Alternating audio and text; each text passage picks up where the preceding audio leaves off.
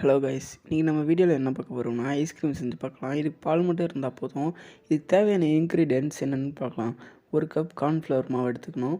அதுக்கப்புறம் ஃப்ளேவருக்காக 2 சாக்லேட்ஸ் எடுத்துக்கலாம். அதுக்கப்புறம் டெக்ஸ்டர் கொடுக்குறதுக்காக மில்க் பவுடர் எடுத்துக்கலாம். அதுக்கப்புறம் தேவையான அளவு சர்க்கரை எடுத்துக்கலாம். கைஸ், நம்ம சேனலுக்கு இப்போ தான் நீங்கள் ஃபஸ்ட் டைம் வரீங்கன்னா நம்ம சேனலை சப்ஸ்கிரைப் பண்ணி லைக் பண்ணி பெல் ஐக்கான் கொடுத்து வச்சுக்கோங்க. அப்போ தான் நான் போடுற வீடியோ உங்களுக்கு நோட்டிஃபிகேஷனாக வந்து சேரும்.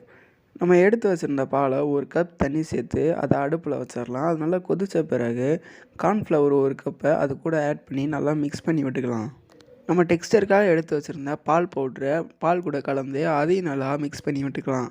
ஃப்ளேவருக்காக எடுத்து வச்சுருந்த 2 சாக்லேட் மில்க் கூட ஆட் பண்ணி அது நல்லா உருகிற வரைக்கும் அதையும் நல்லா மிக்ஸ் பண்ணி எடுத்துக்கலாம்.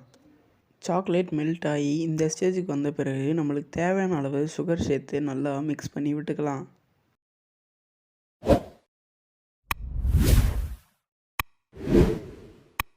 சுகரை மிக்ஸ் பண்ணிவிட்டு அதை ஒரு நிமிஷம் கொதிக்க விட்டுடலாம். அதுக்கப்புறம் அதை எடுத்து ஒரு 15 மினிட்ஸ் ஆற வச்சிடலாம்.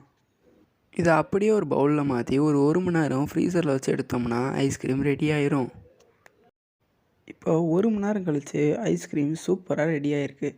இதே மாதிரி நம்ம சேனலில் இருந்து கண்டென்ட் வேணும்னா நம்மளை லைக் பண்ணி சப்ஸ்கிரைப் பண்ணி பெல் ஐக்கானை ஆளில் கொடுத்து வச்சுக்கோங்க. அப்போ தான் நான் போகிற அடுத்தடுத்த வீடியோ உங்களுக்கு நோட்டிஃபிகேஷனாக வந்து சேரும். Bye guys.